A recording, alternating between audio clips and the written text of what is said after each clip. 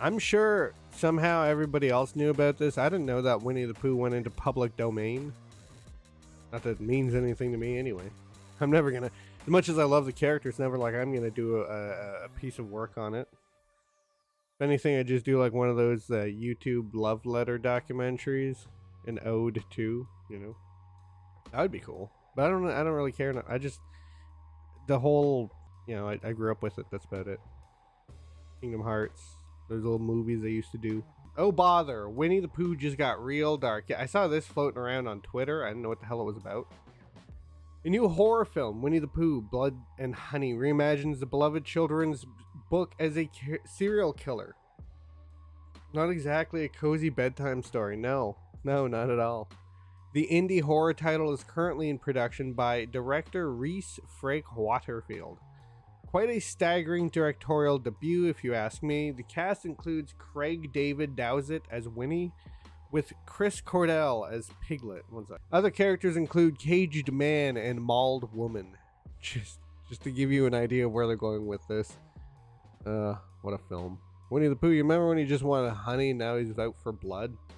The film is being made by the London-based Jagged Edge Productions, which also made The Curse of Humpty Dumpty and The Legend of Jack and Jill.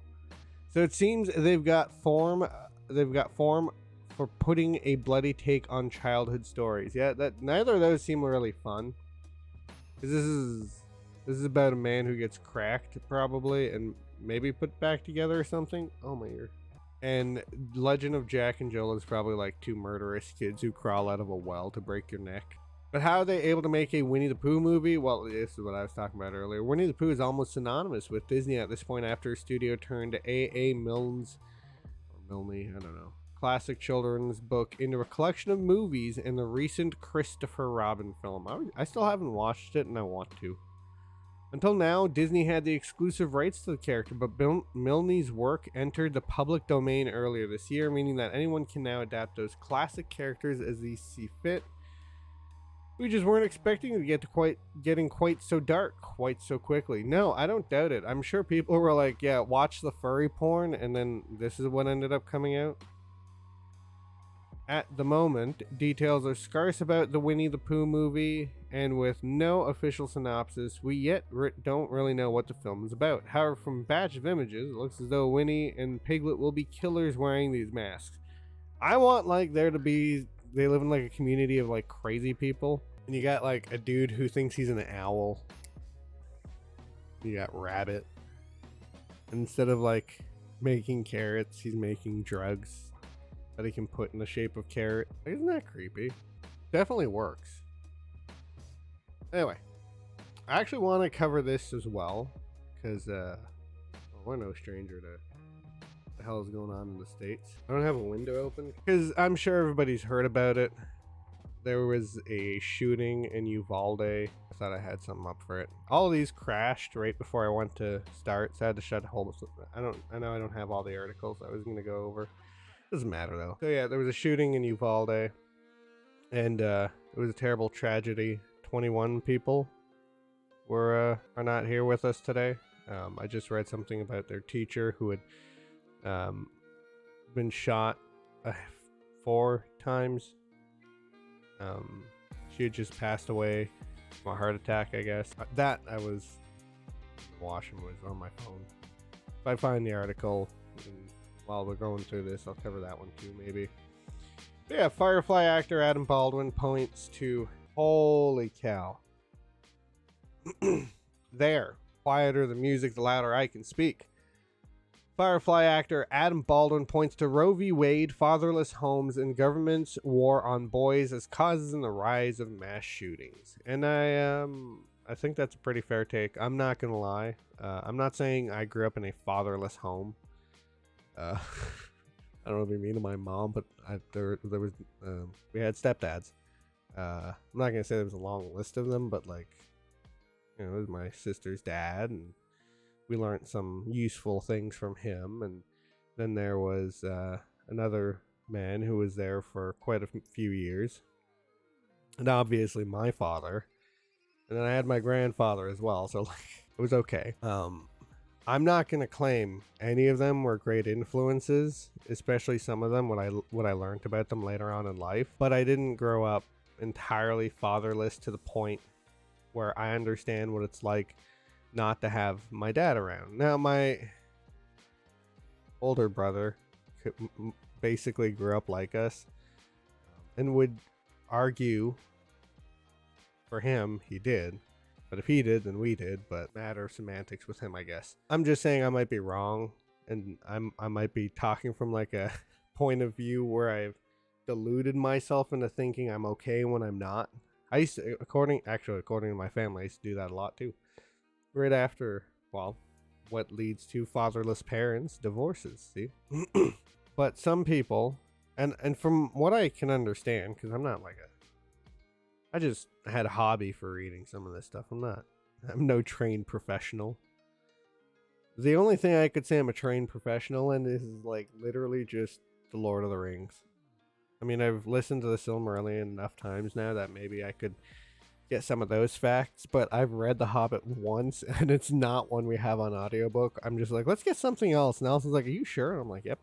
Anyhow, so from what I understand, growing up fatherless, oh jeez. I didn't do anything. Sensitive topic, because, you know, I did grow up with some people who were genuinely, they didn't have any fathers. There was no man, none. And I think that's kind of weird because, again, I don't want to be mean to anyone, any mothers or anyone, but like, there was always someone who you could say is that, like, we were lucky. None of these men were predators in any way. They were all kind of smart enough. I don't want to be insulting with that, I guess, but that's the best way I could put it, because they did give us some good lessons.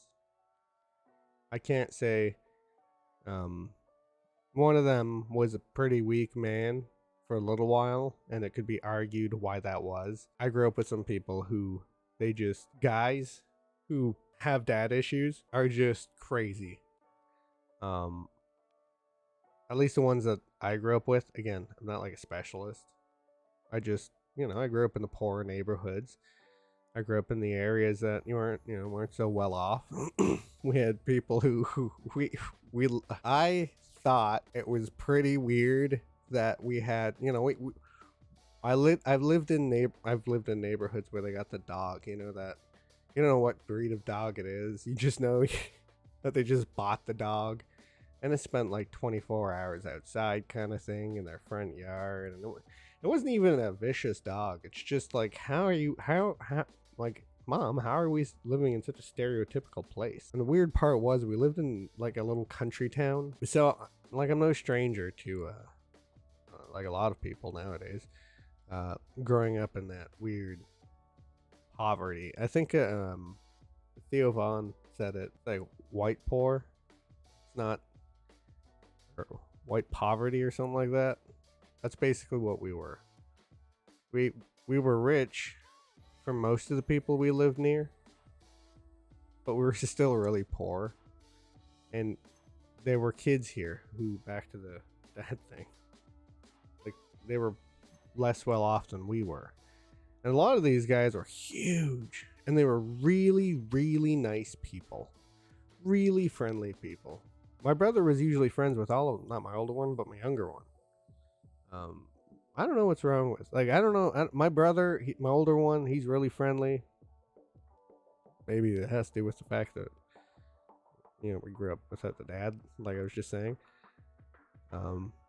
These guys were really friendly, but neither him or I could. Now, I said he was friendly. I wasn't really friendly. I had a habit of like pretending I was listening to people and then walking off and then being like, why won't they be my friend? And then people are like, well, it's because you don't listen. It's like, what do you mean I don't listen? And then they start telling me what the issue is. And it's like, gotta go check out the library.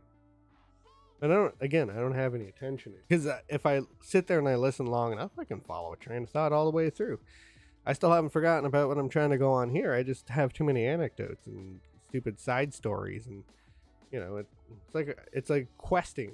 me talking is like questing. I eventually get to the main quest, but first I gotta go through all the side quests, no matter how irrelevant they are. But yeah, these guys would always be friendly.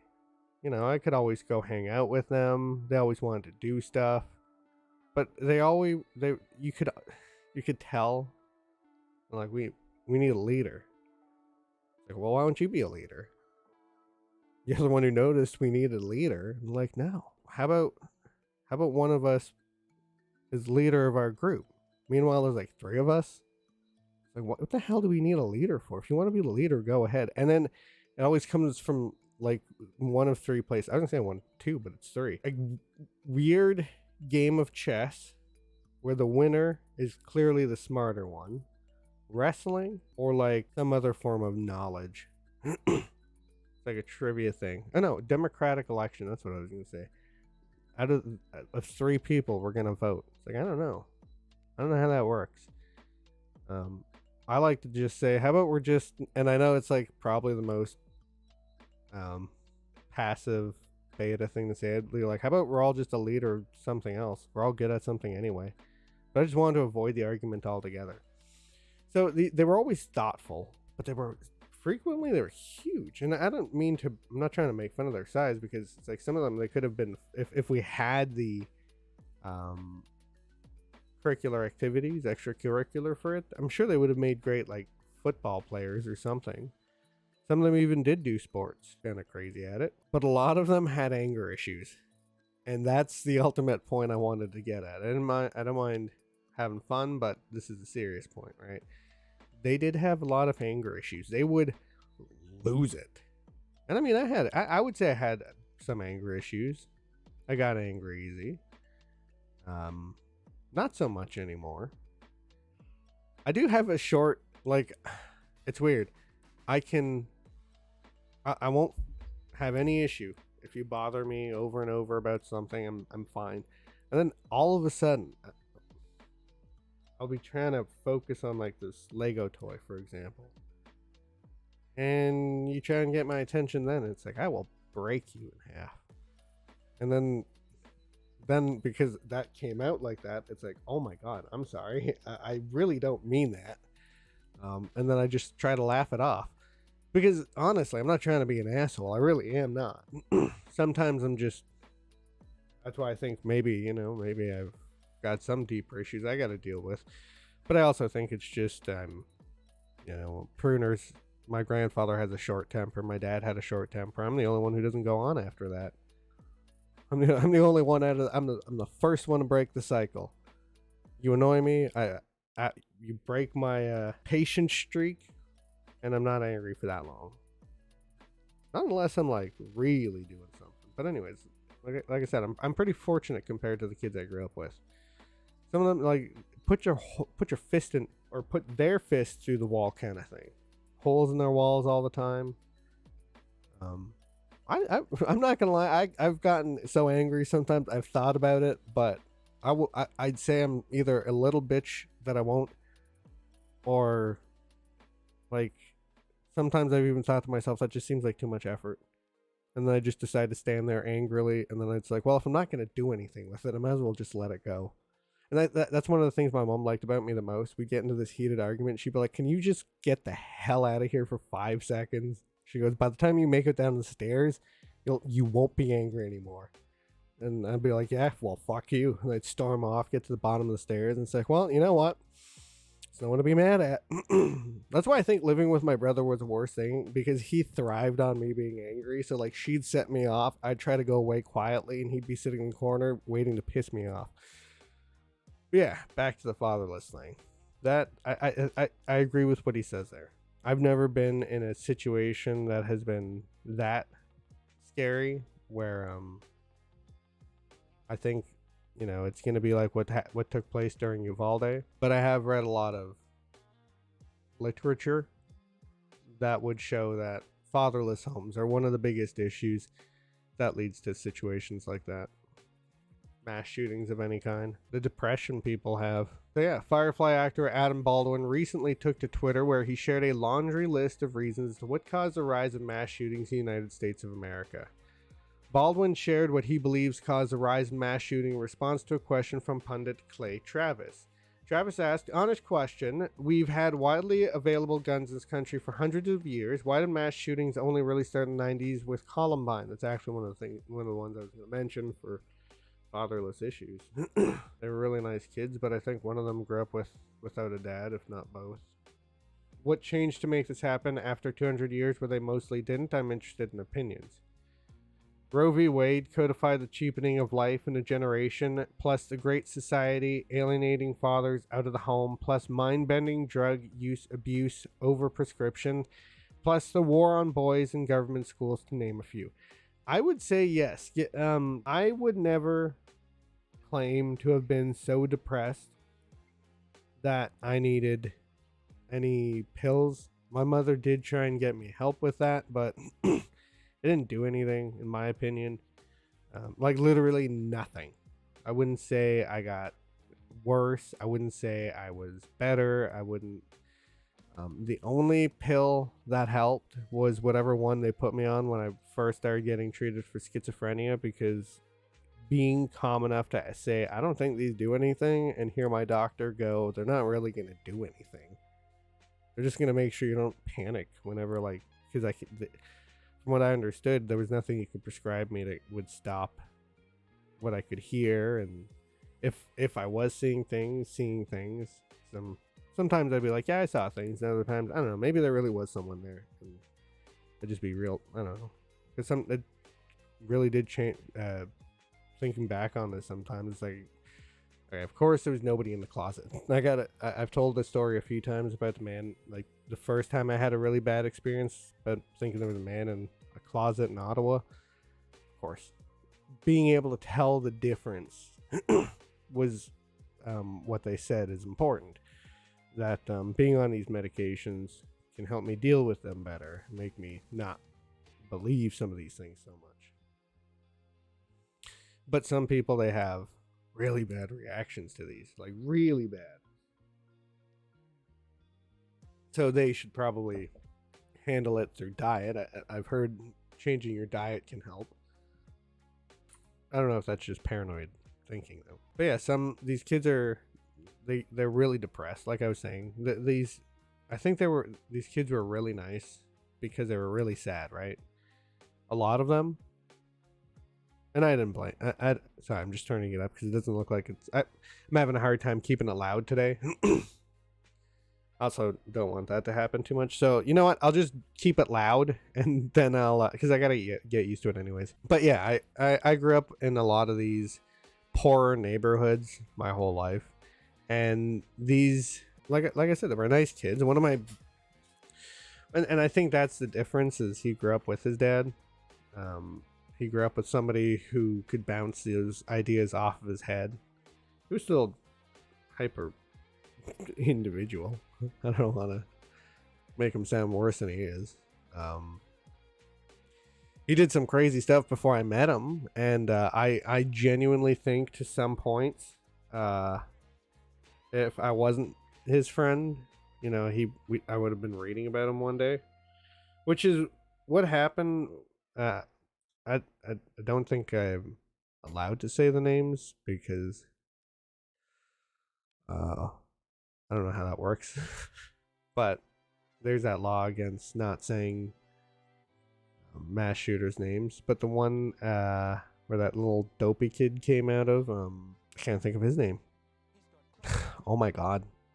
David Hogg. Shooting up a school is a tragedy, no matter what. But these lives these kids lead them down the path where they just get dropped through the cracks. That's what I mean about sometimes I wonder if that, you know, I'm glad I was there to be his friend, my friend. But again, he didn't grow up in a fatherless home, so maybe he had it a little better too. Yeah, the war. So yeah, then there is this kind of weird. I wouldn't say it's happening in Canada as much as it's happening in the States. I would say something else is happening in Canada, because they have us pretty under control already. Maybe it's because our men were already kind of weak to begin with. Oh my god. Well, my ear's not friggin' popping up anymore anyway, so. No, I don't think there is a war on boys. If anything, I would say it really is more the war on girls. And you could say, well, that's because all the trans girls or women kind of thing, and those are men, and that's where the war on boys is. But it's like, I don't know. I don't feel like it. I feel like it really is more war on women in Canada. Yeah, mind-bending drug use, and I really mean some of these kids are left to break. I mean, growing up even near native communities, it was pretty bad to watch some of these kids just be broken, high, thinking nothing matters. Some of them, they turn that on themselves. Some of them, they pick up, I grew up watching my cousin. At least he had an out in music. At least he had my mother. And she was good whenever he needed a timeout or something and life was getting too much. We'd go over and we'd just hang out, all of us. My mom would talk with him. And then alienating fathers out of the home. This, I would say it's more the cheapening of life. But we also had like a huge cheapening of what marriage means. Like, I don't care if everybody wants to marry. That's fine. You want to be wedded, that's great. All I ask is that at least understand, we'll just say magic. No, because why would he say don't practice witchcraft unless there was? So, if you can't perform certain spells on certain things, doesn't matter how many priests you have ordain a marriage.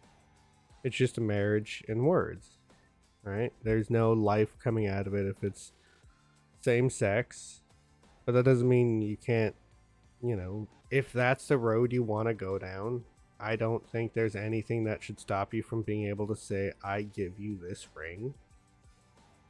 You accept it, and the other person goes, yeah, sure. And you two are now an exclusive couple. So long as you're going to stay an exclusive couple. Like, if you're going to do those weird multi-group relationships, I don't know, I almost call them pan relationships, but I know that's not it. Just don't get married. Just live that life. Like, why do you need to make so many deviations from what it really is? Just do that. Nobody's really, from what I understand, so long as a good Christian is only really supposed to tell you once, hey, yo, don't do that. And then after that, they're supposed to be like, here's the Bible Gateway or BibleGateway.com if you want more information, and then bounce. They're not supposed to judge openly. They're not supposed to be too loud about it. But neither are you, right? Otherwise, why not? If that's the way you're gonna act, you're showing people that's how you want to be treated. And at that point, well, I don't really care. Baldwin previously hit on the idea that one of the main causes is fatherlessness. It is. Baldwin would respond to Dan McLaughlin, a senior writer at National Review, who tweeted, school shootings are, as with many things, a multi-causal problem, but the threat of fatherlessness runs through a very high proportion of these cases. See? Not the only one who thinks it. How do we fix it now? I don't really think there is. A lot of society issues, I think, take 40 years to fix. You're not fixing it with this generation, basically. Always fixing it with the next one. And, okay, fine, you could make an argument, and why don't we do something about guns for the next 40 years? It's like, I don't... And what? You're just going to have more problems there. Baldwin replied, reveal medical and elementary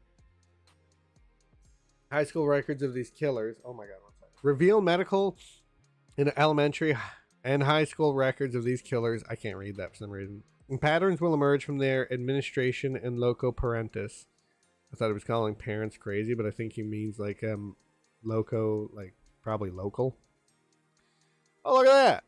In place of the parent. Ha ha ha ha.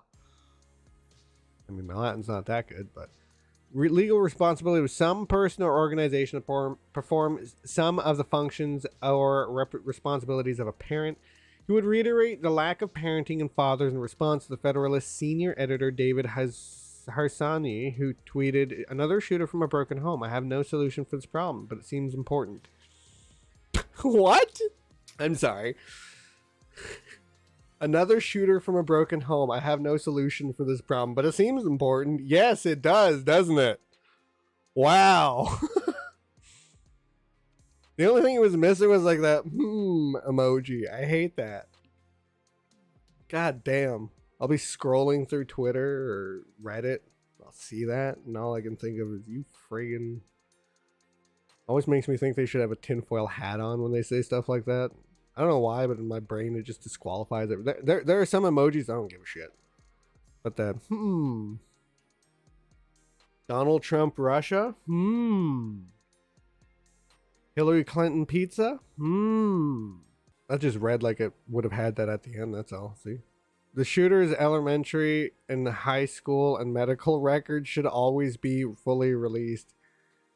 Meds will emerge that can lead to some preventative measures or even solutions. Yeah, I kind of feel like that what that's going to lead to, though, is like that if it does save one life, but I feel like that's just going to lead to people being like that. Oh no, only whenever they shoot. Okay, yeah, never mind.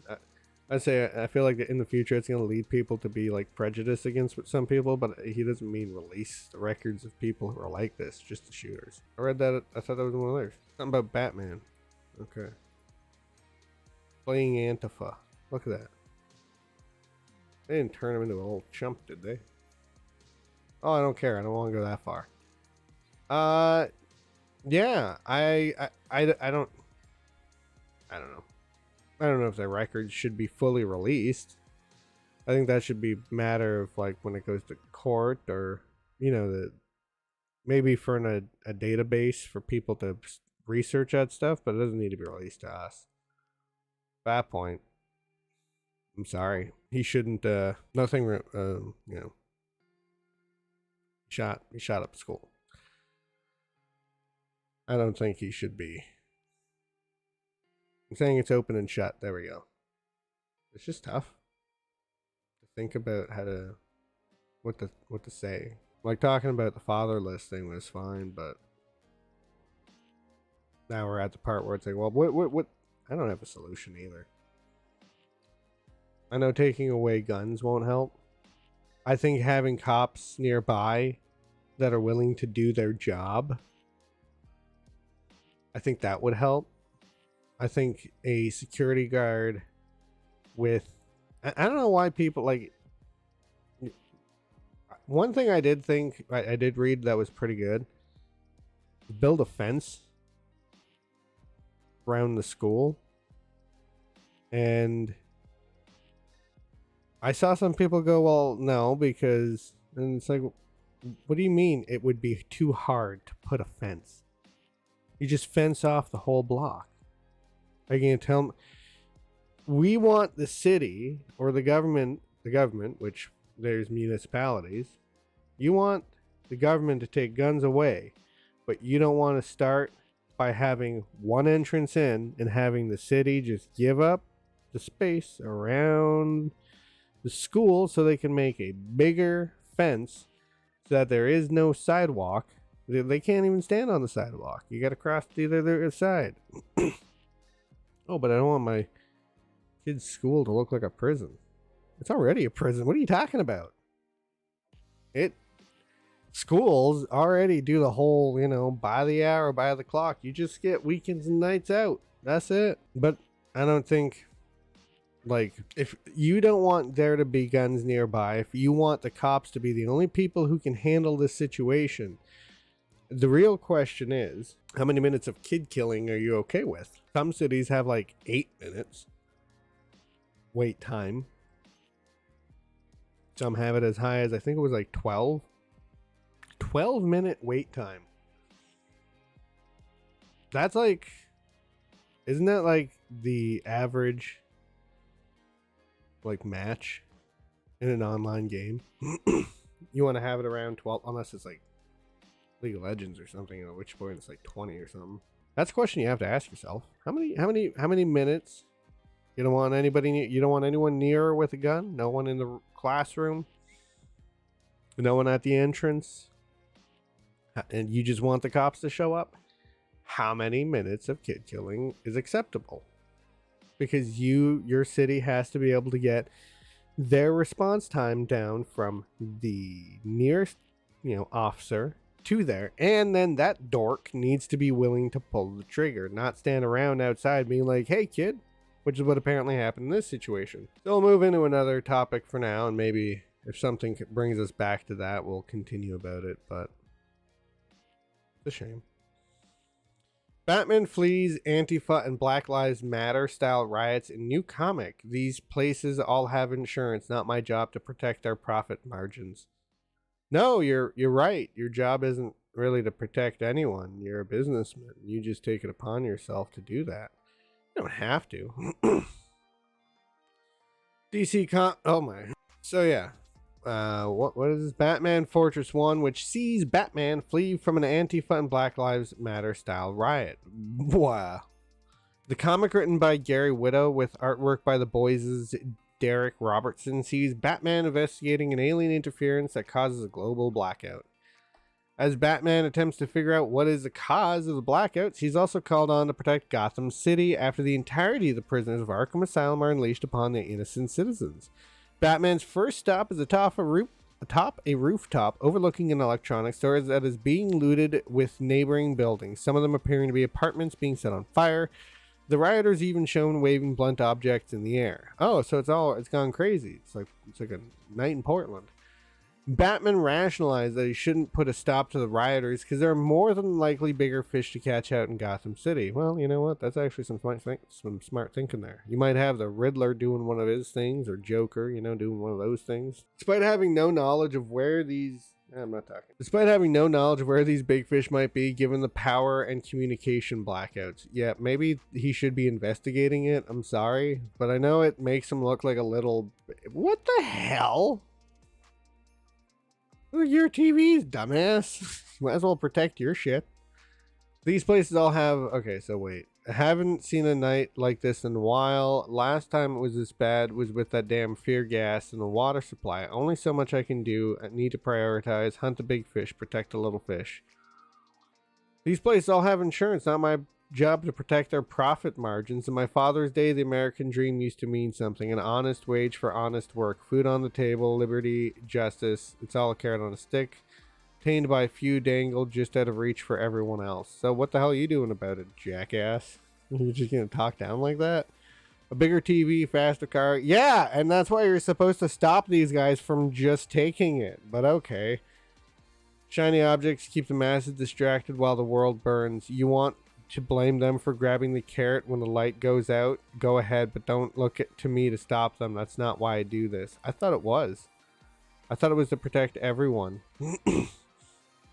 While Batman leaves the looters and rioters to burn down the city, he does randomly track down a number of Joker thugs who are threatening to kill an innocent family. He also randomly shows up at Gotham Harbor and stops Penguin from drowning a blonde woman. From there, he also stops Joker, who has hijacked his school bus in the middle of the night. Batman stands directly in front of the Joker on a bridge as Joker seeks to ram him with the bus. As Joker closes in, Batman deploys a giant flash grenade. Or flash that blinds Joker, sends him and the bus careening off the bridge, putting children's lives in danger. Joker, not wearing a seatbelt, goes flying to the windshield. The kids are saved. It's unfortunate there weren't any children watching him, allowed the electronics store and the neighboring apartments, more than likely filled with innocent citizens, get burned to the ground. Yeah. Nevertheless, Batman ends his night by heading to Crime Alley, where he beats up a criminal who appears to have shot and killed a couple and has begun to loot their bodies. Oh. While prioritizing certain crimes over another is practical, the way the story actually plays out, the rationale doesn't make any sense. Batman has no idea where these big fish are because of the power and communication blackouts. He might have one of his satellites up and operational, but he tasks Alfred with using it to scan for extraterrestrial activity. He does offer Jim Gordon a way to counteract interference, disrupting the communications, but he makes it clear he'll be using it to contact the GCPD so they can bring in the criminals he captured. This is silly. It goes on too long. So he does everything but really stop it. Like, he just goes from place to place stopping crimes instead of just stopping crimes that he came across in the first place. That's what it sounds like. That's why I stopped collecting comics a while back. Didn't have the money for it, and then when I did, I went to and I'm like, nah. And I feel bad. I enjoyed going to the comic book shop. I don't have a reason to anymore. not his fault. It's a tiny little location. Anyway, I have been watching a lot of Doctor Who at home lately. I used to watch it a lot growing up in high school. One of my favorite shows. It was great. Well written. I'm not going to lie. I enjoyed Matt Smith and Peter Capaldi's run. Was also a fan of David Tennant's, of course. I can't say that I'm a great fan of Christopher Eccleston's, but I mean, it was good. I just feel like there wasn't enough time with him to be able to say it was great. We just finished the two-parter for David Tennant's Regeneration. Moving on to Matt Smith soon. Okay, I had no way of transitioning to this, so I'm just click on it. So Russell T Davies cannot redeem Doctor Who. I hope this isn't like too long, but a few months ago, news broke that original Doctor Who reboot showrunner Russell T Davies would be making a triumphant return to the series and reclaim his former role as showrunner. For a brief moment, longtime Whovians, upset by the drop in quality in the later Moffat years and the disastrous damage done by Chris Chibnall, felt somewhat excited. Yeah, I would say the first two of Peter Capaldi. I wouldn't say that last one. I didn't like his Regeneration too much. And I didn't watch, the 12th or whatever, the 13th. I think it was the 13th. The first, what's her name? I can't think of it now. After all, surely the man who successfully brought Doctor Who back to public consciousness would be the right choice to restore the show to its former glory. You'd think, but that's if you don't remember how it actually went out. However, in the months since this announcement, it's quickly become apparent that Davies has no intentions of doing like that, but will instead traverse the path of doom that is radical identity politics. It's part of the reason why I thought I didn't really like some of his run. Is I found they dealt, well, aside from the Paternoster gang, which they started to rely on a little more often with David Tennant, I felt like he did it more often. Davies' first order of business was to dump on the show's lustrous history by slipping in a transgender actor named Yasmin Finney as Rose, obviously a reference to the original reboot companion played famously by Billie Piper. Finney is a biological male who believes he's a female, and Davies could not be happier with the casting decision. Yep, I don't know why that they keep doing stuff like that. Is this really a shock, though? Has Davies only now just flipped his wig and decided to go full bore identity politics? It's no secret that he injected Doctor Who with LGBTQ messaging as early as the first season back in 2005. No one cared back then because not only was there very little in the way of propagandizing, but the characters and stories were also great. Yeah. In Davies' original run, the cast was truly inclusive in a way that mimicked real-world dynamics. It was actually pretty good for that. Everyone could be a part of Doctor Who, provided they get along with one another and accepted each other's preferences and proclivities. However, the warning signs that Davies was heading down a dark directorial path started to emerge. Oh yeah, he's trying to brainwash us. Emerged years ago, not in Doctor Who, but rather its spin-off Torchwood. Torchwood was good, but they have a point there. Though the show was extremely heavy-handed with gay and lesbian messaging, but its writing still managed to balance itself out, solidifying Torchwood as an entertaining detour within the Doctor Who's universe. Yes, I agree with that a lot. I would even say Miracle Day was fun, but it got a little confusing. Got weird. Then, hot on the heels of 2009's incredible and amazing Children of Earth miniseries came 2011's Miracle Day. I like how he makes it sound that bad. While fans expected Davies to produce the series with the same powerful messaging and tightly woven narrative as his previous work, it never came to pass. Instead, Miracle Day was a disaster, specifically because it took its eye off the story in the latter half of the series. The most obvious example of this stumble was the series' 7th episode, Mortal Sins. Yeah, trying to explain this one to my friend was kind of funny. And then there's an entire episode that takes place in the I thought it was 1910s, but 1920s, and it's all about Jack's gay relationship with a guy. She's like, what? I'm like, yep. I'm like, if I remember correctly, there's like whipping and stuff, and it's when the bad guys get him. They're draining him of blood. I think they're whipping him at the same time. No, I don't remember. It's just really weird. This plot deviated so radically from the main narrative that it led audiences to experience an immediate and complete disconnect from the series. Not really me. I continue to enjoy it. It failed to add anything to the plot and ultimately ended up derailing the last 3 episodes of the season. Up to that point, Miracle Day was arguably quite focused and heading somewhere interesting, but ultimately Davies' inclusion of this subplot was calculated narrative risk that failed to pay off in any fashion. That's true, because there could have been a million other ways that the bad guys get his blood, but well. A plausible theory suggests Davies might have even been testing the waters to see how far he could push the radically left narrative before any backlash ensued. Would you even be able to say it that that's what was happening back then? Miracle Day was 2011? Really? Though this came as a shocker to some, given the runaway success of Children of Earth, for others it became clear that such extreme political propagandizing would always come at the expense of the story and character development, a theme which has since become routine in today's major productions. Get woke, go broke. In hindsight, this miniseries was arguably one of the first moments in pop culture history where the radical identity politics kicked the door down and seized the soapbox with violent aggression. Not only that, but it was also one of, if not perhaps the first time mainstream audiences, sadly unaware that it was slowly metastasizing into the cancer that has since infected every corner of today's culture, had universally rejected wokeism. I would say that was rejected, but when news first came down the pipe that Davies was set to reclaim showrunner status in Doctor Who, I immediately predicted that nothing would change. Well, I genuinely thought it was going to pick up after that, because it's like, why would he slow down? I feel like it died down under Moffat. It didn't die down under any of the others. Okay, maybe Moffat had these stories that really didn't. All the stories should be self-contained. Like, besides a few threads here and there shouldn't be. Like, then you're talking about tying together things that are like from 10, 15 years ago. Like, why would I care at that point? I'm not watching it now.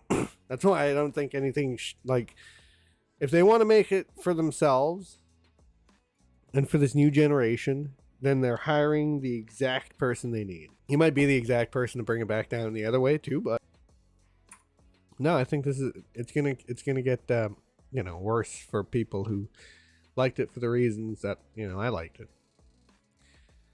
Given that his childhood love for the show stands in direct contrast to his immediate predecessor's hatred of it, Davies may indeed try to retcon some of Chibnall's horrifically bad creative decisions, like basically making Longbarrow parts of the I haven't read it all, obviously, but the major bits that explain the Doctor's history from Longbarrow.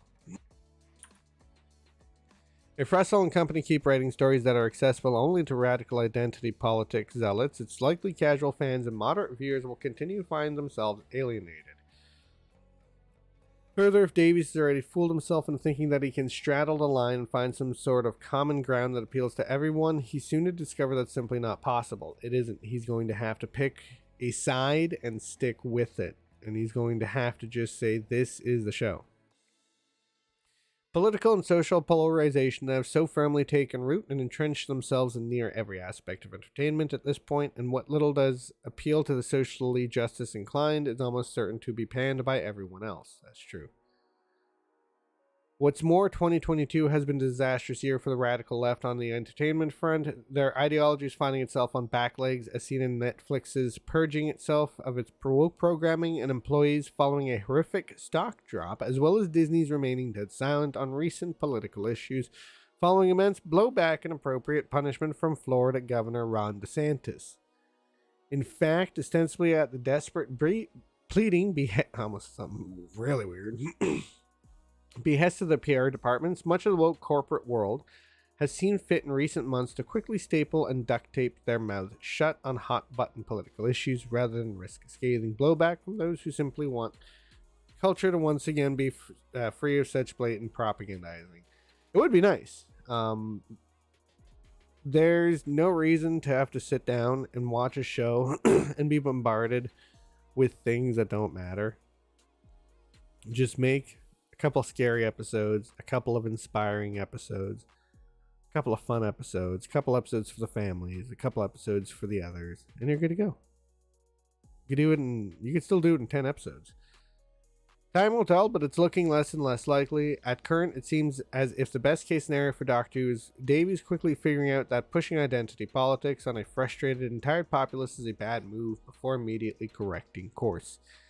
Yeah, because you're gonna lose a whole bunch of people when you randomly throw in this. We're not allowed to be gay, especially if you do it anytime after 2020, and for anything to have to do with like modern day, because no one cares really. No one does. It's like I said, it's fine. If you can, it's no one's gonna stop you. Nobody thinks it's wrong. If anybody attacks you, everybody I know would come to your aid, whoever you are, if you ask for it. Nobody likes violent people. If the latter, Doctor Who may finally find itself unable to climb out of the chasm. The show is already on life support as it is, and Davies' return is one chance it has to effectively reverse series direction, regain its focus, and deliver an entry that everyone can watch and enjoy. Of course, it's also entirely possible that Davies manages to pull a rabbit out of his hat and somehow balance all of these elements properly, in which case the 14th Doctor would be a glorious return to form. I don't know. I think it's kind of too late now. I don't see the show. Here, how about this? I don't see myself watching the show probably anymore, like any of the new stuff. For me, he probably just doesn't regenerate in my head after the 12th. He just finally gives into the universe and lets that phoenix like energy disperse, and he just goes, you know. Vale 13 or Vale 12, whatever. All said and done, this writer holds a slim to none opinion that the Davies of 2005 is still with us and firing on all cylinders. In fact, I'd say there isn't a jelly baby's chance in hell. What's your outlook on Davies' return? Let us know your thoughts on social media or in the comments down below. I don't think so. I don't think he can fix it. I think it's just going to get worse. That's all it's done for since I basically did stop watching it. How do I know that? Because I read everything.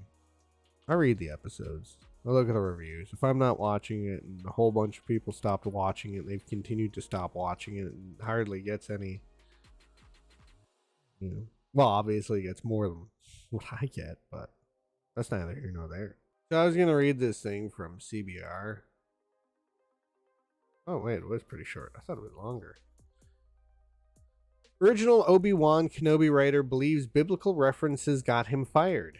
ObiWan Kenobi's original writer Hossein Amini explains why his script's dark biblical overtones may have resulted in his replacement on the project. Original ObiWan Kenobi writer Hossein Amini recently theorized that the biblical references in the script got him fired from the Disney Plus series. Amini discusses Old Testament approach to Star Wars legendary Jedi Master in an episode of Script Apart. The thing that inspired me, this is probably why I got fired. I remember thinking it's a little bit like the Book of Job, he explained, where Obi-Wan needs to go through tests, and you know that the idea you go through tests and then at the end of it you find your faith. And that for me is quite a dark journey, but it's one that ends up kind of in a hopeful place. But I think I'm naturally drawn to, like I said, these sorts of things, and I think maybe one of the strengths of Star Wars is its simplicity.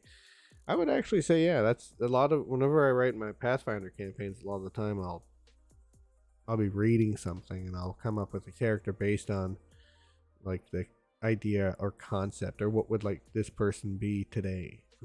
Amini also outlined his overall vision for Obi-Wan Kenobi, confirming that at least some of what he wrote appears to have made it into the finished series. I can describe what things interested me at the time, which were that Obi-Wan in that particular time and place, you know the idea, and I think a lot of that is still there. The idea of all his friends have died, what he believed in is fallen, and he's lost his faith in a sense. He's lost his not the Force, but in sense of faith. And from what I see in the trailer, that notion is still there, and my name is still on some of the scripts, even though there are a lot of other writers now. Showrunner Joby Harold recently confirmed that Disney Plus series also recycles some elements from Stephen Daldry's abandoned Obi-Wan Kenobi movie, in which Amini worked on as well. We certainly inherited a lot of ideas from the story developments in the past, Harold said, but there's also a lot of new directions and ideas we explored, building off some of those things we inherited. Harold, who replaced Amini as lead writer on the show, added that Obi-Wan Kenobi's story ultimately benefited from the extended runtime afforded by a limited series. Aside from sharing his vision for the show, Amini also debunked rumors that his Obi-Wan Kenobi scripts featured Darth Maul as an antagonist. The Oscar-nominated writer denied Darth Maul ever factored in his version of the story, saying there was never any real mention of including the fan-favorite baddie while he was attached to the production. Amini comments come after the Deborah Chow previously denied she ever planned to use Darth Maul in the series. Chow also addressed why she and Harold chose Darth Vader instead of Darth Maul as one of Kenobi's main villains. Vader casts such a dark shadow in this that to have Maul as well, it might be a bit too much. Okay.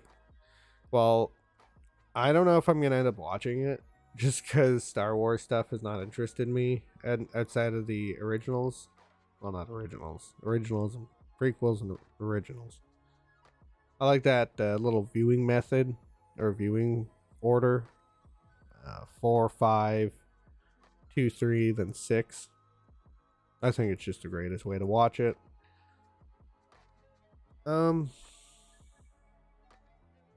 Obi-Wan Kenobi is a character I really like. And I would like to watch. You know what? Maybe I might watch it. Because I wanted to see it when it was a movie. Or when it was rumored that there was going to be a movie. And I mean, I like stuff that's got those little references. Descending into our darkest depths. Finding our faith. And I could care less if it's another universe. If they're like, yeah, there's no God in this universe. God is this and this is how he speaks to them. This is basically it. Maybe maybe that universe doesn't have it. This one does. He's up there. I know it's hard to hear that with everything going on. I feel bad for people who have their faith shaken by the tragedies that take place. It would be nice for him to reach down a hand every so often and give us a miracle, but it never ends. Trust me. We'll always be like, well, what about this time? This way, we have to come up with the ideas. So yeah, I'm going to get